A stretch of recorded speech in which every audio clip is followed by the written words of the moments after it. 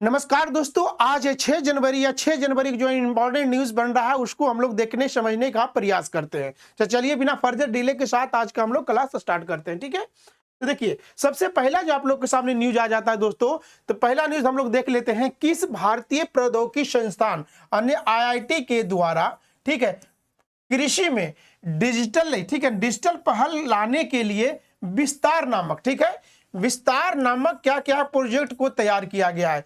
तो जो आज का सिनेरियो बन रहा है क्वेश्चन का, वो पूछ रहा है आईआईटी में कृषि के एक डिजिटल पहल लाने के लिए एक विस्तार नामक प्रोजेक्ट को किस संस्थान द्वारा लाया गया। ठीक है, तो इसका आंसर आप लोग कीजिए। ठीक है, तो सबसे पहले हम लोग पहले समझते हैं विस्तार है क्या। तो देखिए एक टर्म यहां आ रहा है विस्तार, ठीक है ना, विस्तार।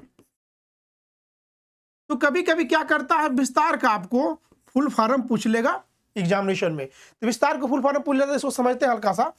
तो हुआ वर्चुअली, वर्चुअली, ठीक है, वर्चुअली इंटीग्रेटेड,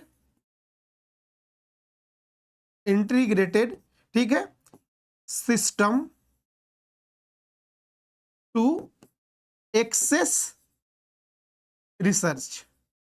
ठीक है ना, ये क्या हुआ, विस्तार का फुल फॉर्म क्या होगा कि virtually integrated system to access agriculture and resource. यहाँ एक लाइन छूट गया था, एग्रीकल्चर एंड, यहाँ एक agriculture, access to agriculture and resource. तो ये कभी कभी आप लोग के सामने क्या करता है, फुल फॉर्म पूछ लिया जाता है। तो इसमें क्या कर रहा है कि ये जो विस्तार है जो किसके द्वारा लाया गया है, ये एक संस्था है जिसको आईआईटी मद्रास द्वारा, ठीक है, आईआईटी मद्रास द्वारा कहीं न कहीं इनिशिएट किया गया था। तो इसमें जो ध्यान दिया गया दोस्तों, इसमें ये सरकार द्वारा पहल लाने का प्रयास किया गया था कि जो कृषि विस्तार सर्विसेज है, जो कृषि विस्तार प्रणाली है, खास करके कौन सा, कृषि विस्तार, ठीक है, कृषि विस्तार प्रणाली, समझ रहे ना। तो कृषि विस्तार प्रणाली को किस तरह से डिजिटल रूप देने के लिए, कौन सा रूप देने के लिए,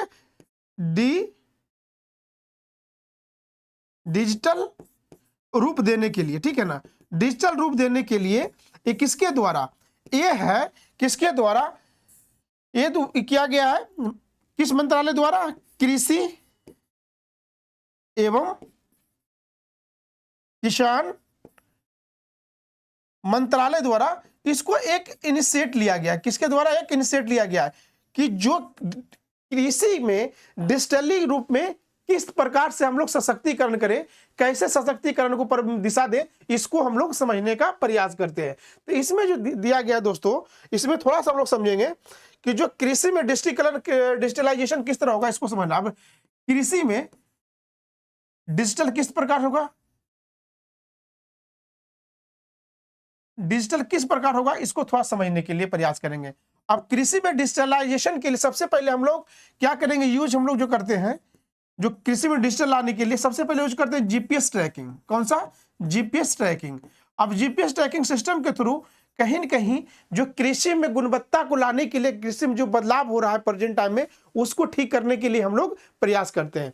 उसके बाद हम लोग क्या क्या यूज कर सकते हैं, ड्रोन को यूज कर सकते हैं, ड्रोन के थ्रू।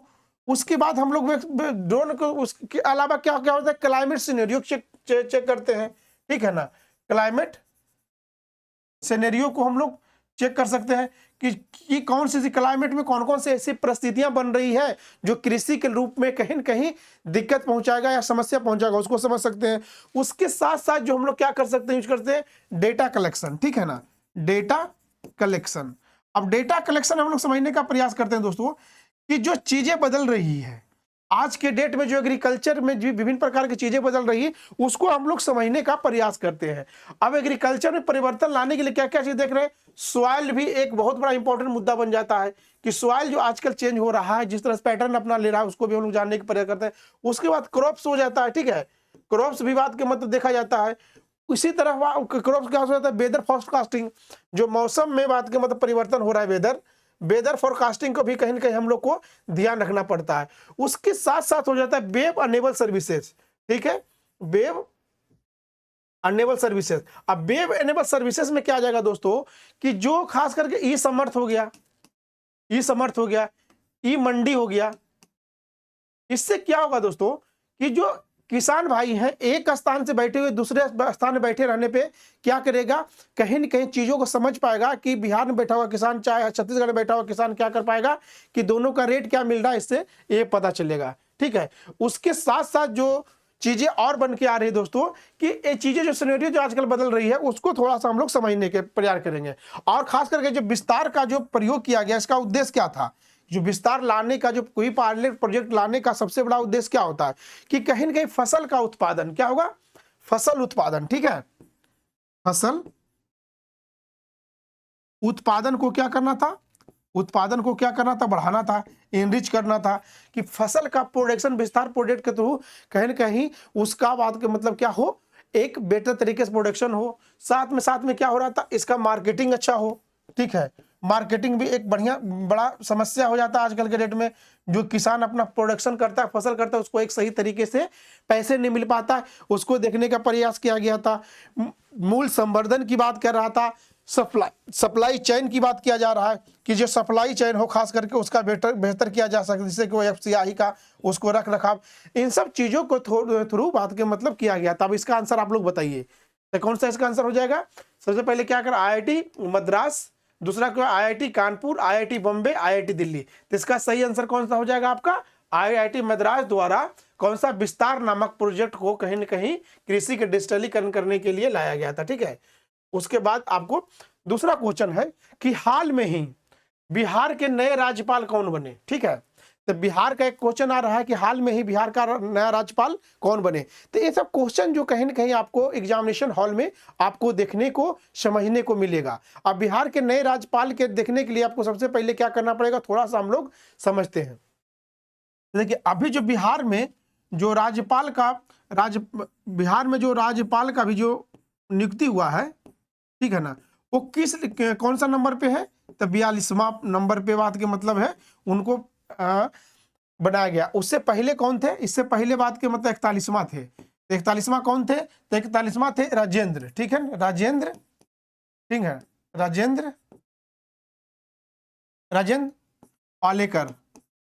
आलेकर जो उससे पहले थे। अभी जो 42वां बात के मतलब जो बने हैं वो बने हैं कौन सा, आरिफ मोहम्मद खान, आरिफ, ठीक है, मोहम्मद खान, जो कहीं न कहीं ये 42वां जो कहीं न कहीं ये 42वां कौन सा 42वां बिहार के जो कहीं न कहीं ये जो है राज्यपाल के रूप में इनको बनाया गया है। अब थोड़ा सा हम लोग इसका राज्यपाल का जो नियुक्ति के लेकर थोड़ा सा हम लोग बात कर लेते हैं। अब राज्यपाल के जो अपॉइंटमेंट होता है, उनका जो शपथ दिलाया जाता है, जो पटना हाई कोर्ट, ठीक है, पटना हाई कोर्ट के जो थे, पटना हाई कोर्ट के जो थे, ध्यान रखिएगा, पटना हाई कोर्ट के थे जो मुख्य न्यायाधीश, कौन से, मुख्य न्यायाधीश, ठीक है, न्यायाधीश द्वारा इनको क्या किया गया है, शपथ दिलाया गया है। तो ध्यान रखिएगा, है एक बात समझने का प्रयास कीजिएगा कि जब किसी भी राज्य में राज्यपाल का बात की मतलब नियुक्ति की जाती है तो वहां जो उस संदर्भ हाई कोर्ट का, जिसे अभी पटना बिहार के संदर्भ में बात कर रहे हैं, तो वहां पटना के संदर्भ बात करेंगे। तो पटना के जो राज्यपाल थे, राज्यपाल को शपथ दिलाया गया है, पटना के जो मुख्य न्यायाधीश थे उनके द्वारा किया गया था। पटना के मुख्य न्यायाधीश कौन थे, तो पटना के मुख्य न्यायाधीश थे आपको के विनोद चंद्रन। ये विनोद चंद्रन द्वारा इनको राजभवन में कौन सा 42वां, ठीक है, राज्यपाल के रूप में कहीं न कहीं इनको नियुक्ति कराया गया। अब देखिए इनका जो कौन सा आरिफ जो मोहम्मद खान थे, इनको थोड़ा विवाद का भी एक रहा था, थोड़ा जान लीजिए, ये विवाद का में रहे थे, किससे, खास करके यूनिवर्सिटी के जो कुलपति थे उसके नियुक्ति के लिए कहीं न कहीं ये विवाद में रहे थे। तो ये आप लोग के सामने एक न्यूज बन जाता है। ठीक है, उसके बाद हम लोग देखेंगे इसके साथ। अब इसका आंसर कीजिए आप लोग कि जो बिहार के नए राज्यपाल कौन बनाए गए हैं, राजेंद्र विश्वनाथ उलरकर, मोहम्मद कौन सा, आरिफ मोहम्मद खान, कलराज मिश्रा और सत्यपाल मलिक। तो इसका कौन सा आंसर हो जाएगा, इसका आंसर कौन सा हो जाएगा आपका बी। तो इसका सही आंसर हो जाएगा आपका बी। ओके, तो चलिए आगे हम लोग बढ़ते हैं अगला न्यूज की तरफ। अब इसमें देखिए कि हाल में ही अगला न्यूज है, हाल में ही UIDAI, ठीक है ना, का मुख्य जो कार्यकारी अधिकारी यानी सीईओ किसे बनाया गया है, ठीक है। तो जो अभी हाल में ही आधार का जो है किनको सीईओ बनाया गया है, इसको थोड़ा सा हम लोग देखने का प्रयास करते हैं। तो सबसे पहले हम लोग देख लेते हैं आधार। आधार का फुल फॉर्म क्या होता है, ठीक है ना। तो होता है यूनिक आइडेंटिफिकेशन, क्या हो जाएगा, यूनिक आइडेंटिफिकेशन ऑथोरिटी ऑफ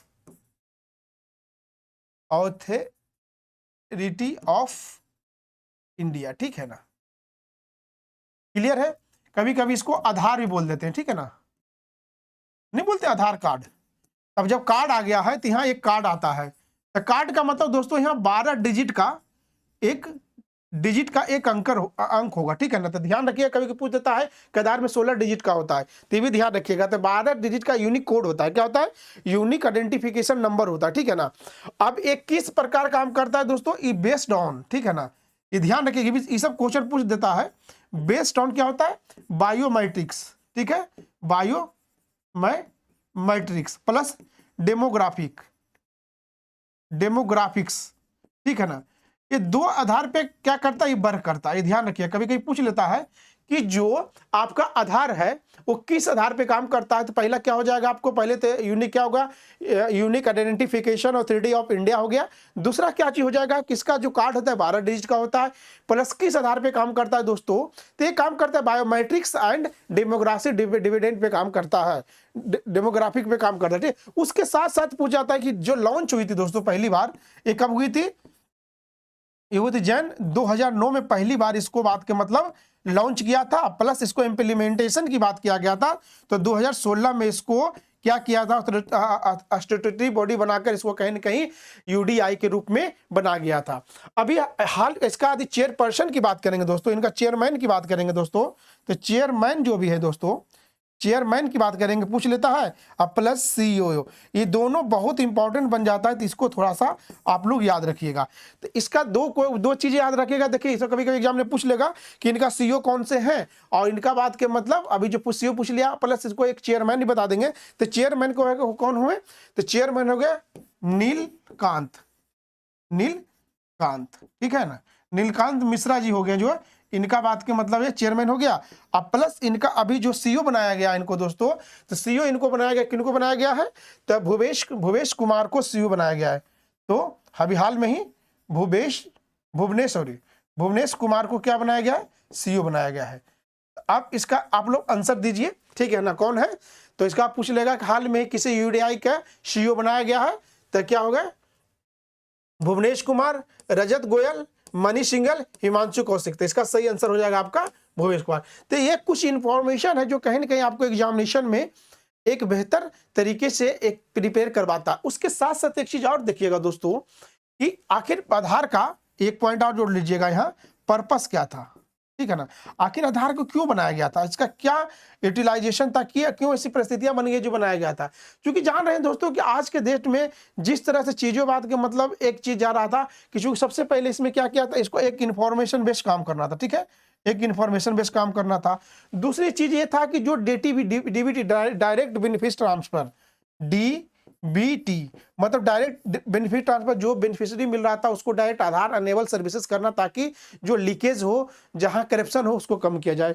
उसके बाद हो रहा था दूसरा क्या होगा कि इंश्योरेंस के एरिया में काम कर रहा था, इंश्योरेंस के एरिया में काम कर रहा था, और उसके बाद होगा बैंक अकाउंट में, क्योंकि ठीक है इसका उद्देश्य इन सब चीजों को कहीं न कहीं एक सर्विसेज प्रोवाइड किया कराया जा रहा है आज के डेट में आधार कार्ड के द्वारा। क्योंकि ये आज के डेट में इंडिया के संदर्भ में बहुत इंपॉर्टेंट बन जाता है। तो इन सब चीजों को आप लोग को भी थोड़ा सा ध्यान रखने की आवश्यकता है, ठीक है।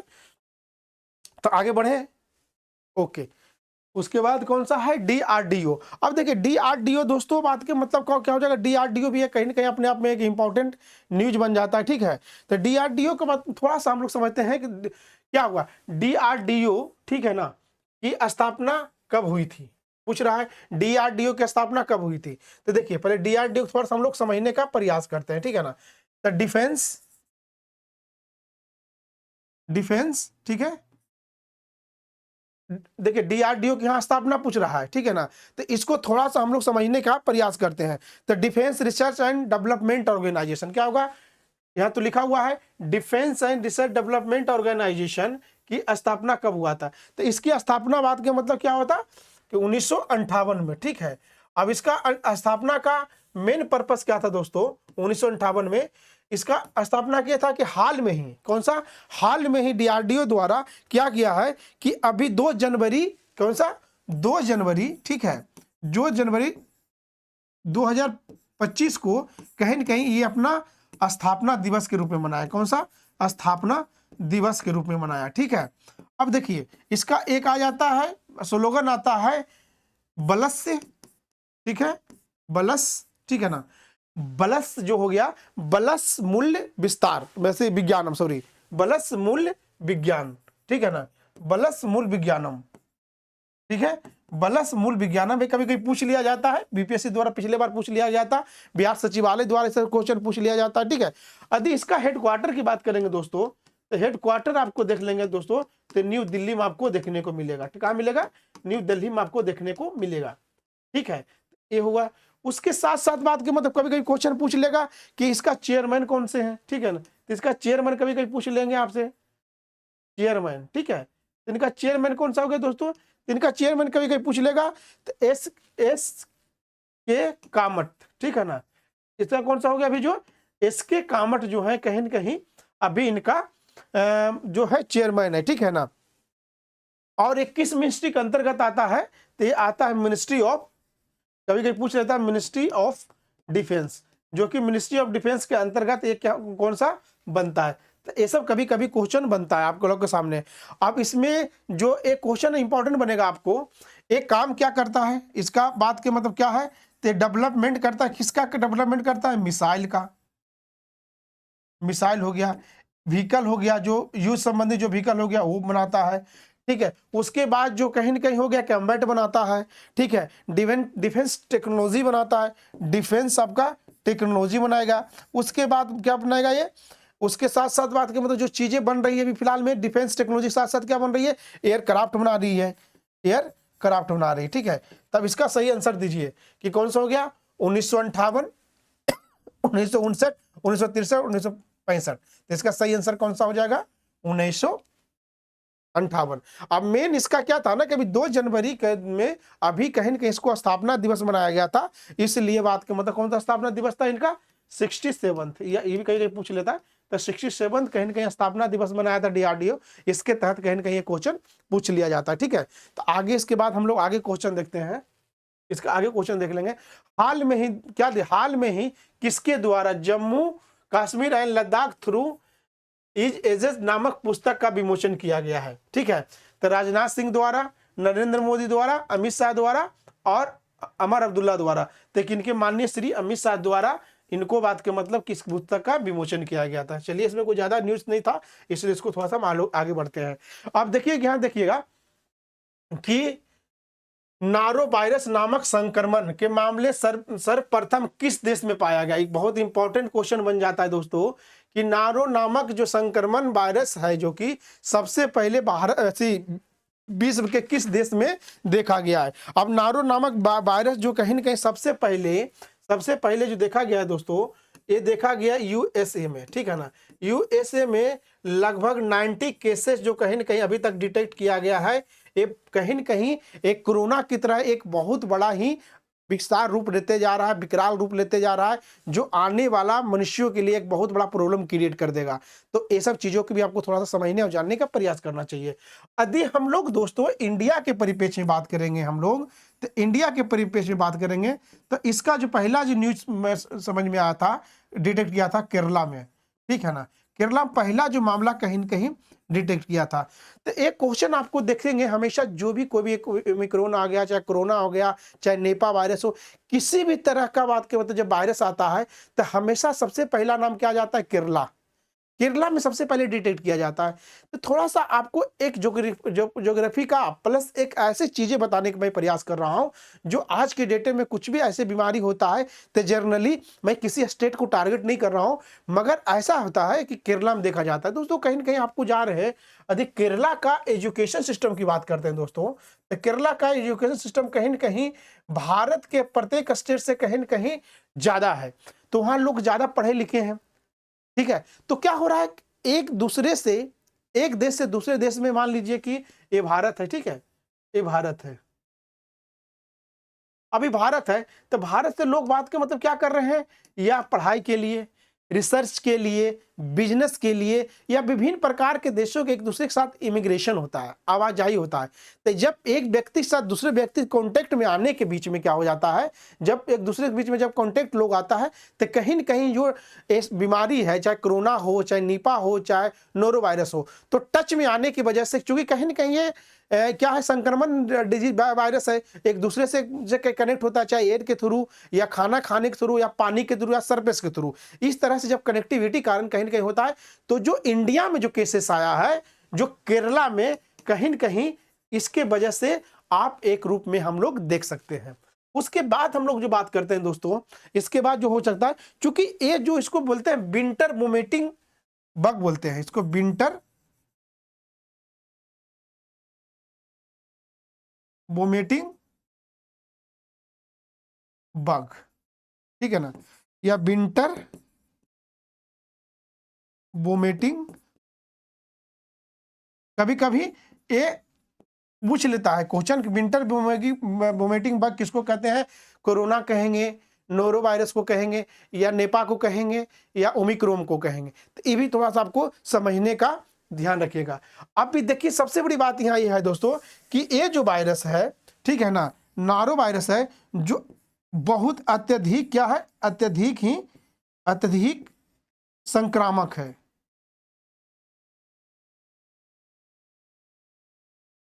संक्रामक वायरस है, ठीक है ना, ये भी ध्यान रखिएगा।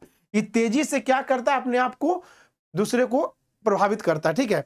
अब इसका जो फैलने का मेन रीजन क्या क्या हो सकता है कि जो दूषित जो होता है, ठीक है ना, जल हो सकता है, भोजन हो सकता है, ठीक है, प्लस जो सरफेस के थ्रू, सतह के थ्रू कहीं न कहीं इसका क्या होता है, आज के डेट में फैलाव देखा जाता है। तो हमेशा पानी कभी क्या कीजिएगा, उबाल के पीजिएगा।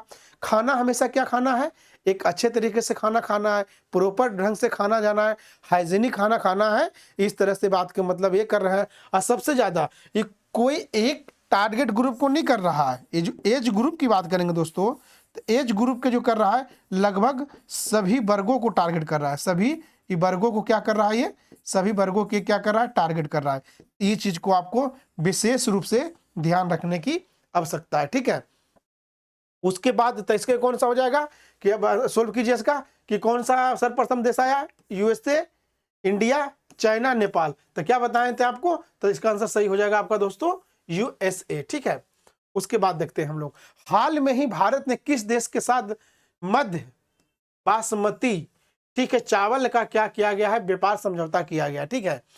तो इसके कौन कौन सा देश है इसके साथ, देख लीजिए, भारत इंडोनेशिया, भारत व जापान, भारत व चीन, और भारत एवं नेपाल। देखिए इस तरह के क्वेश्चन को आपको जब तक पढ़े नहीं रहेंगे, जब तक जाने नहीं रहेंगे, तब सोल्व नहीं कर पाएंगे। तो हम चाहते हैं कि जब थोड़ा सा रुकते हैं तो आप लोग भी क्या कीजिए, आंसर देने का प्रयास कीजिए कि कौन सा है बात के मतलब इसका आंसर। तो इसका आंसर कौन सा हो जाएगा आपको, ये हो जाएगा भारत और इंडोनेशिया। अब भारत और इंडोनेशिया के बीच एक मेमोरेंडम ऑफ अंडरस्टैंडिंग हो गया है, किसके थ्रू, बासमती के थ्रू। कितने देर के लिए, 4 साल के लिए, ठीक है ना। 4 साल के बाद जब होगा तो ऑटोमेटिक रिन्यूएबल हो जाएगा, कितने दिन के लिए, फिर से दोबारा 4 साल के लिए, ठीक है। तो ये मेमोरेंडम ऑफ अंडरस्टैंडिंग किसके साथ किया गया है, तो ये किया गया है आपको भारत और इंडोनेशिया के साथ। ऐसा इसलिए किया गया है ताकि दो पक्षीय कहीं न कहीं संबंध जो बना रहे। इसमें इतना ही न्यूज था, तो इसका सही आंसर कौन सा, भारत और इंडोनेशिया। उसके बाद आ जाता है राष्ट्रीय पक्षी दिवस कब मनाया जाता है, ठीक है। राष्ट्रीय पक्षी दिवस कब मनाया जाता है, इसको थोड़ा सा आप लोग देख लेंगे, कितना तारीख को मनाया जाता है, 1 जनवरी, 2 जनवरी, 3 जनवरी या 5 जनवरी, ठीक है। तो देखिए अब थोड़ा सा राष्ट्रीय पक्षी दिवस का जानने से पहले थोड़ा सा हम लोग एक एडिशनल इन्फॉर्मेशन पढ़ लेते हैं जो कभी कभी कहीं न कहीं पूछेगा। तो जनरली इसको 5 जनवरी को मनाया जाता है। अब 5 जनवरी को मनाया जाता है तो ये क्यों 5 जनवरी क्यों मनाया जाता है? क्योंकि देख रहे हैं आज के डेट में जो पक्षियों की विलुप्तता बहुत ज्यादा हो रहा है due to reason of climate change, शिकारी या कुछ ऐसी पर्यावरण में ऐसी परिस्थिति बन गई है जो कहीं न कहीं क्या हो रहा है कि पक्षियों की विलुप्तता हो रहा है। जैसे भी गौरैया सेव अभियान चल रहा है, ठीक है ना। आप कमेंट में बताएंगे गौरैया किस राज्य का राष्ट्रीय पक्षी घोषित किया गया, ध्यान रखिएगा, ये सब पूछा। तो इसमें देख रहे हैं दोस्तों आजकल के डेट में कि पक्षियों का जो पक्षियों का एक परिस्थिति तंत्र में, ठीक है ना, पक्षियों को एक बेहतर परिस्थिति तंत्र को बेहतर परिस्थिति